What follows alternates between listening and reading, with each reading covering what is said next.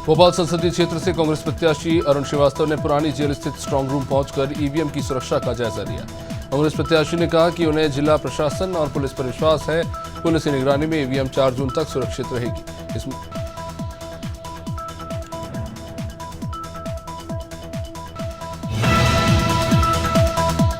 लोकसभा चुनाव के बीच खरगोन पुलिस ने हथियार तस्करों के खिलाफ बड़ी कार्रवाई की। पुलिस ने अवैध हथियारों की खेप लेने आए आरोपियों को गिरफ्तार किया, जबकि एक आरोपी इस बीच मौके से फरार हो गया। आरोपी के कब्जे से 42 देशी कट्टे और पिस्टल जब्त किए गए, जिसकी कीमत करीब 7,70,000 रुपए आंकी गई। पुलिस ने बताया कि आरोपी मनोज शर्मा के खिलाफ अलग अलग थानों में कई केस दर्ज। इंदौर में करीब 9 साल पहले एक शख्स की पत्थर मारकर हत्या करने के मामले में आरोपी युवक को जिला कोर्ट ने आजीवन कारावास की सजा सुनाई। कोर्ट ने आरोपी युवक को 2000 अर्थदंड से भी दंडित किया। घटना रावजी बाजार थाना क्षेत्र की, जहां युवक ने 2 महिलाओं के आपसी विवाद के बचाव के दौरान आए शख्स पर पत्थर से हमला कर दिया और इसके बाद पुलिस ने महिला और युवक के खिलाफ केस दर्ज।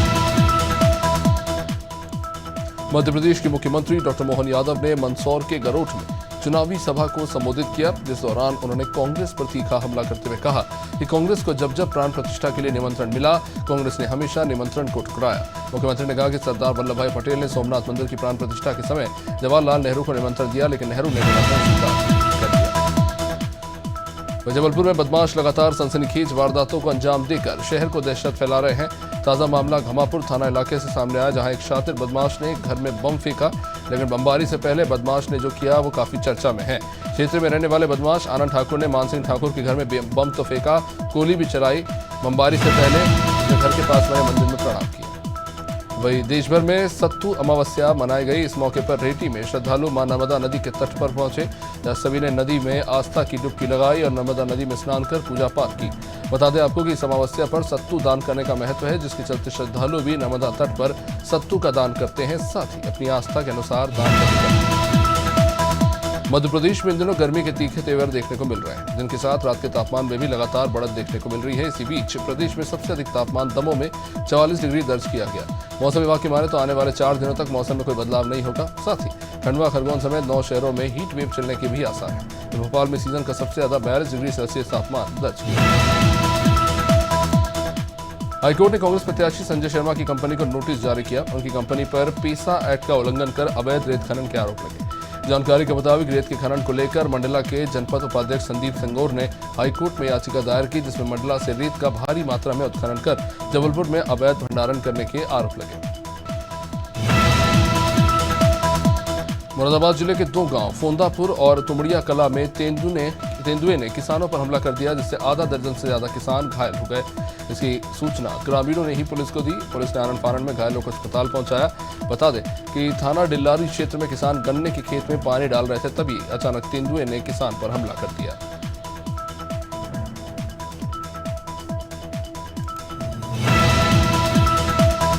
कानपुर के पतारा रेलवे स्टेशन मैदान में सीएम योगी आदित्यनाथ ने जनसभा को संबोधित किया और अकबरपुर लोकसभा सीट पार्टी प्रत्याशी को वोट देने की अपील की। इस दौरान सीएम योगी ने विपक्ष पर भी जमकर निशाना साधा। उनका पूरा भाषण विपक्ष और सनातन धर्म पर केंद्रित रहा। सीएम योगी ने कहा कि सनातन सत्य है कि रामद्रोहियों का पतन हमेशा हुआ है।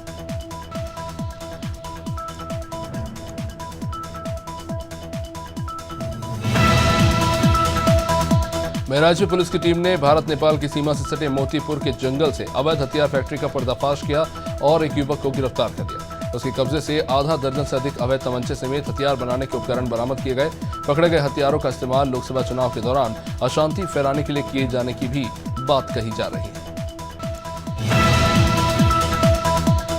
चौथे चरण के चुनाव के लिए सियासी जंग तेज हो गई है। कन्नौज संसदीय सीट से चुनाव लड़ रहे सपा सुप्रीमो अखिलेश यादव को जिताने के लिए पार्टी ने पूरी ताकत झोंक दी। इसी बीच कन्नौज में चुनाव प्रचार की एक अलग झलक रही।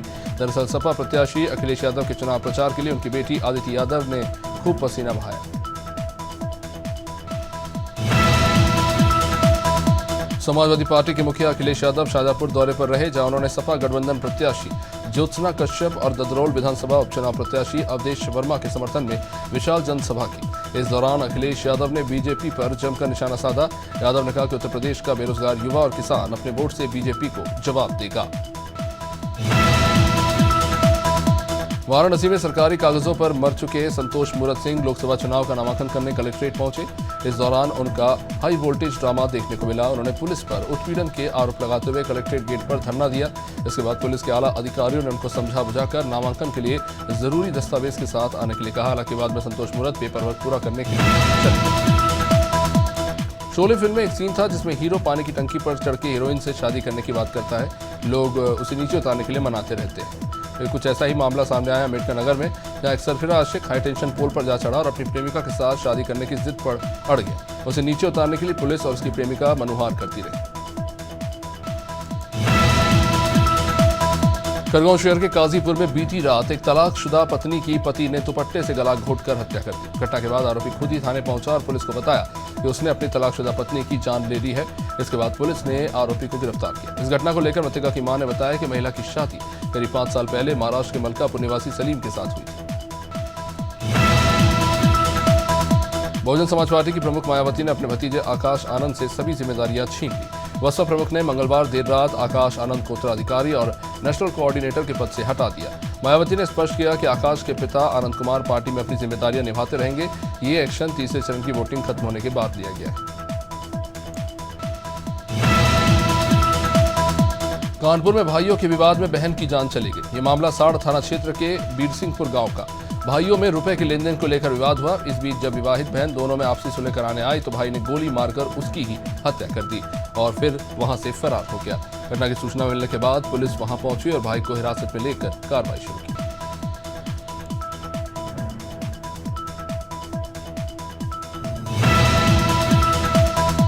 कानपुर में एक दलित पीड़ित परिवार ने जिला कलेक्टर से न्याय की गुहार लगाई। पीड़ित परिवार ने गजनेर थाना पुलिस पर कार्रवाई नहीं करने के आरोप लगाए।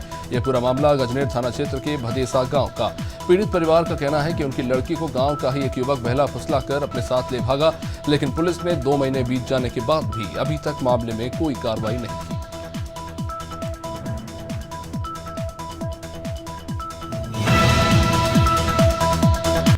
उत्तराखंड के मुख्यमंत्री पुष्कर सिंह धामी इन दिनों भाजपा के स्टार प्रचारक के रूप में अन्य राज्यों में चुनाव प्रचार कर रहे हैं। अभी हाल ही में कई राज्यों में चुनाव प्रचार कर लौटे मुख्यमंत्री धामी ने कहा कि पूरे देश में मोदी की लहर है और देश की जनता प्रधानमंत्री मोदी को तीसरी बार प्रधानमंत्री बनाने के लिए तैयार है। तो उन्होंने कहा कि भारतीय जनता पार्टी पूर्ण बहुमत से फिर सरकार बनाएगी। उत्तराखंड में 4 धाम यात्रा के लिए यात्रा मार्गों पर पुलिस की टीमें मुस्तैद रहेंगी। इसके लिए पर्याप्त पुलिस फोर्स का भी इंतजाम किया गया है। यात्रियों की सुरक्षा को देखते हुए अफसरों की निश्चित स्थानों पर ड्यूटी निर्धारित की गई है और इसके अलावा यात्रियों के लिए भी निर्धारित दरों पर खान पान की चीजें उपलब्ध कराने के लिए जिला प्रशासन की ओर से दरें तय कर दी गई। उत्तराखंड के मुख्यमंत्री धामी ने राज्य सचिवालय में उच्च स्तरीय बैठक की, जिसमें अलग अलग विभाग के अधिकारी शामिल हुए। इस बैठक के बाद धामी ने जंगलों में बढ़ती आग की घटनाओं को लेकर बात की। उन्होंने बताया कि जंगल में लगी आग पर लगातार काबू पाया जा रहा है और पिछले 2-3 दिनों में काफी अंतर आया है। लोग फील्ड में जाकर काम कर रहे हैं।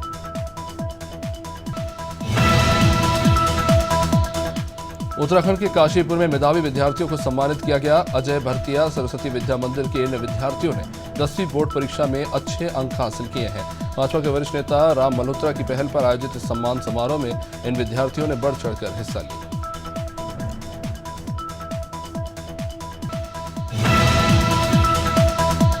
देश की सबसे बड़ी आध्यात्मिक 4 धाम यात्रा 10 मई से शुरू हो जाएगी। 10 मई को केदारनाथ, गंगोत्री, यमुनोत्री के कपाट खुलेंगे और 12 मई को श्री बद्रीनाथ के कपाट श्रद्धालुओं के लिए खोल दिए जाएंगे।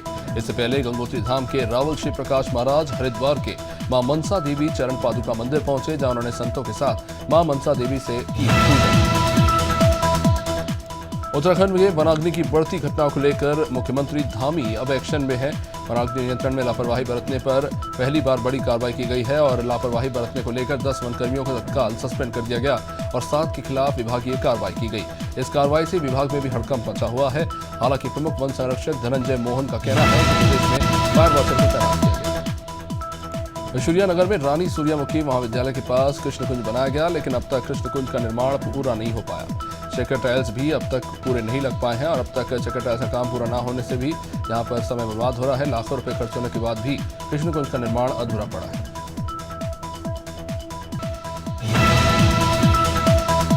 भदोही में लोकसभा चुनाव के मद्देनजर चेकिंग कर रही एफएसटी की टीम ने अवैध तरीके से अफीम बनाने के लिए तस्करी किए जा रहे 30 लाख रुपए की कीमत के पोस्ता दूध को बरामद किया है। पुलिस ने राजस्थान के रहने वाले एक तस्कर को इस मामले में गिरफ्तार किया। मूलाराम नाम का ये व्यक्ति जिसकी रोककर जब तलाशी ली गई तो उसके बैग में से 10 किलो 39 ग्राम अफीम बनाने के प्रयोग जाने वाला पोस्ता दूध मिला। देवास जिले के हाथी गुराड़िया में 4 मई को अज्ञात लाश मिलने का मामला। हाटपिपलिया पुलिस ने अज्ञात लाश की शिनाख्त कर पोस्टमार्टम कराया। मृतक की पहचान माखन लाल मोगिया के रूप में हुई है, जो हाथी गुराड़िया का है। पुलिस ने मामले में आरोपियों को गिरफ्तार किया है। बताया जा रहा है कि आरोपी नशे में थे जब सबने मिलकर मोंगिया पर हमला कर दिया। जबलपुर में पत्नी की हत्या करने वाले हत्यारे पति की पुलिस के सामने जमकर धुनाई हुई। मृत महिला की बहनों ने ही मिलकर थाने पहुंचकर आरोपी शुभम चौधरी को जमकर पीटा। पुलिस आरोपी को थाने से कोर्ट ले जा रही थी। 3 दिन पहले शुभम चौधरी ने अपनी गर्भवती पत्नी रेशमा की अपने दोस्तों के साथ मिलकर हत्या कर दी। पुलिस ने शुभम चौधरी और उसके दोस्तों को गिरफ्तार कर लिया।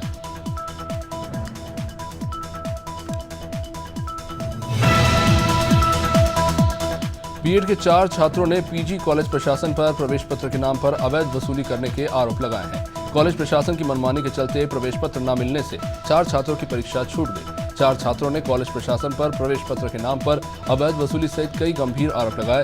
बीएड द्वितीय सेमेस्टर की मुख्य परीक्षा बुधवार को पीजी कॉलेज कुंजडुंडवारा में संपन्न हुई।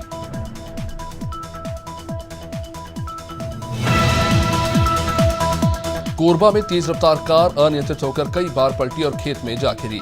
गेवरा कुसमुंडा मार्ग पर यह हादसा। कोरबा जिले के कुसमुंडा क्षेत्र में 3 से 4 बजे के आसपास ये घटना। दीपका की ओर से आ रही तेज रफ्तार कार कुचेना एनटीपीसी पुल से ठीक पहले बंटी होटल के पास अनियंत्रित होकर सड़क से उतर गई और खेत में जा पलटी। महासमुंद जिले के सीमावर्ती इलाके में साइबर सेल और सिंघोड़ा पुलिस ने बड़ी कार्रवाई करते हुए 1904 किलोग्राम अवैध अफीम पोस्ट डोडा बरामद किया है। पुलिस ने राजस्थान निवासी जगदीश चौधरी को अफीम पोस्ट डोडा के साथ गिरफ्तार किया। आरोपी से बरामद अफीम की कीमत 19,04,000 बताई जा रही है। गिरफ्तार आरोपी आलू की आड़ में ट्रक में अफीम तस्करी कर रहा था। महासमुंद जिले के तुमगांव पुलिस ने 2 अलग अलग मामलों में 120.70 लीटर शराब बरामद कर 2 शराब तस्करों को गिरफ्तार किया। तुमगांव पुलिस ने ग्राम अछोला के मुकेश साहू के पास से 63.900 लीटर अंग्रेजी गोवा शराब बरामद की। तो वही दूसरे मामले में ग्राम अझोला के ही रितेश साहू के पास से 56.700 लीटर देशी प्लेट शराब बरामद की। मिर्जापुर जनपद के थाना देहात कोतवाली में आने वाले तिराहे पर बालू से भरे ट्रक के ऊपर एक व्यक्ति का शव पाया गया। पुलिस अधीक्षक अभिनंदन ने बताया कि गाड़ी के ऊपर से बरामद हुआ यह शव ट्रक ड्राइवर का ही है। प्रथम दृष्टया पर यह लग रहा है कि ट्रक ड्राइवर और खलासी के बीच कुछ विवाद हुआ और उसके बाद ड्राइवर की हत्या कर दी गई और खलासी फरार।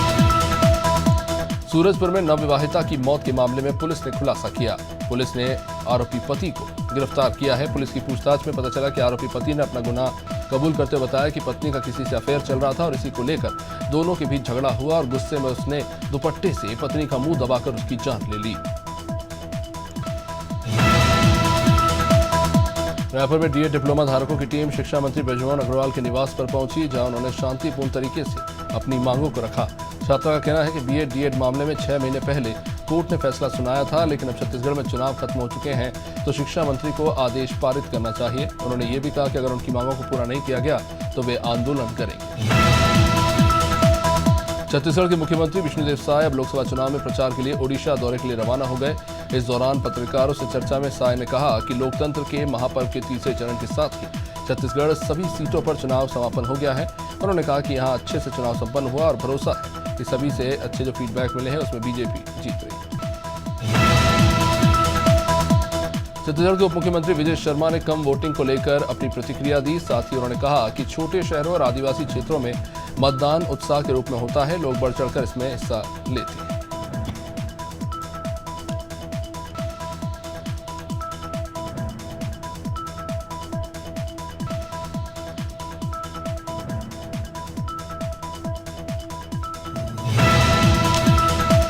छत्तीसगढ़ के मुख्यमंत्री विष्णुदेव साय गंभीर बीमारी से पीड़ित की मदद के लिए आगे आए। आपको बता दें कि पीड़ित के परिवार वालों ने अपने बेटे के बेहतर इलाज के लिए सीएम साय ने मदद मांगी थी। इसके बाद सीएम साय कैंप कार्यालय पहुंचे, जहां उन्होंने पीड़ित का इलाज उच्च अस्पताल में कराने का आश्वासन दिया। परिवार वालों ने सीएम साय को बताया कि उनके बेटे की अचानक तबीयत बिगड़ी और पूरा शरीर ही कमजोर हो गया। इससे उसे चलने फिरने में भी दिक्कत होती है।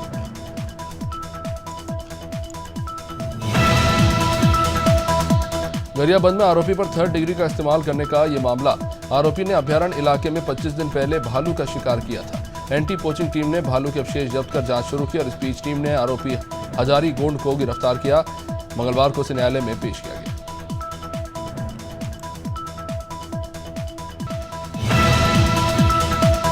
गरियाबंद में धान खरीदी बंद होने के 3 महीने बाद भी धान का उठाव खत्म नहीं हुआ। जिले में अब भी 28,000 क्विंटल धान का उठाव होना बाकी है। बता दें, कलेक्टर के निर्देश के बावजूद भी सहकारिता विभाग 41 केंद्रों में धान की भरपाई नहीं कर पाया है। विभाग की इस लापरवाही से नाराज कलेक्टर ने सचिव को भी पत्र लिखकर व्यय राशि पर रोक लगाने की बात कही।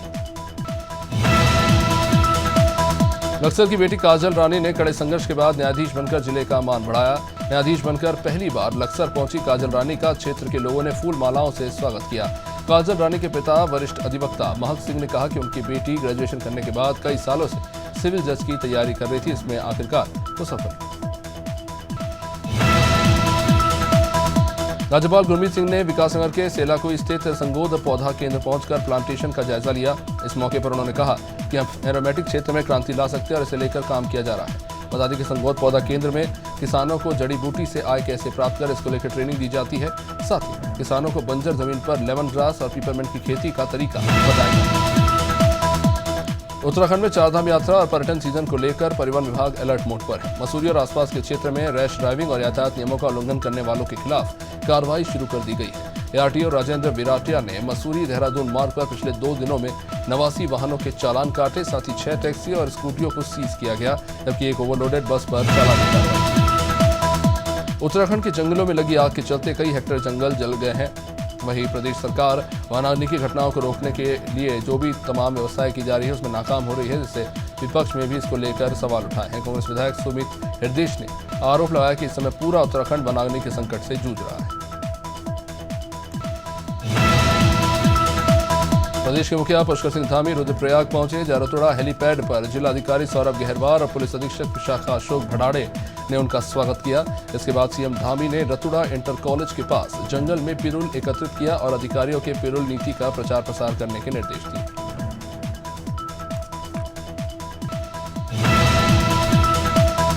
उत्तराखंड में निकाय चुनाव को लेकर प्रशासन अपने स्तर पर तैयारियों में जुटा है और नए वोटर्स के नाम वोटर लिस्ट में जोड़ने के लिए बीएलए को निर्देशित भी किया है। काशी में प्रशासन भी लगातार वोटर लिस्ट में नए वोटर्स के नाम दर्ज कराने के साथ नामों के संशोधन में जुटा है। तहसीलदार पंकज चंदोला ने बताया कि काशीपुर नगर निगम में 160 बूथ हैं और मतदाता 1,50,405। उत्तराखंड के मुख्यमंत्री धामी इन दिनों बीजेपी के स्टार प्रचारकों के रूप में राज्यों में चुनावी प्रचार कर रहे हैं। अभी हाल ही में कई राज्यों में चुनाव प्रचार कर लौटे मुख्यमंत्री धामी ने कहा कि पूरे देश में मोदी लहर है और देश की जनता प्रधानमंत्री मोदी को तीसरी बार प्रधानमंत्री बनाने के लिए तैयार है। उन्होंने कहा कि भारतीय जनता पार्टी पूर्ण बहुमत से फिर सरकार बनाएगी। उत्तराखंड में चारधाम यात्रा के लिए यात्रा मार्गों पर पुलिस की टीमें मुस्तैद रहेंगी और इसके लिए पर्याप्त पुलिस फोर्स का भी इंतजाम किया गया है। यात्रियों की सुरक्षा को देखते हुए अफसरों को भी निश्चित स्थानों पर ड्यूटी निर्धारित की गई है और इसके अलावा यात्रियों के लिए भी निर्धारित दरों पर खान-पान की वस्तुएं भी उपलब्ध कराने के लिए जिला प्रशासन की ओर से दरें तय कर दी गई है।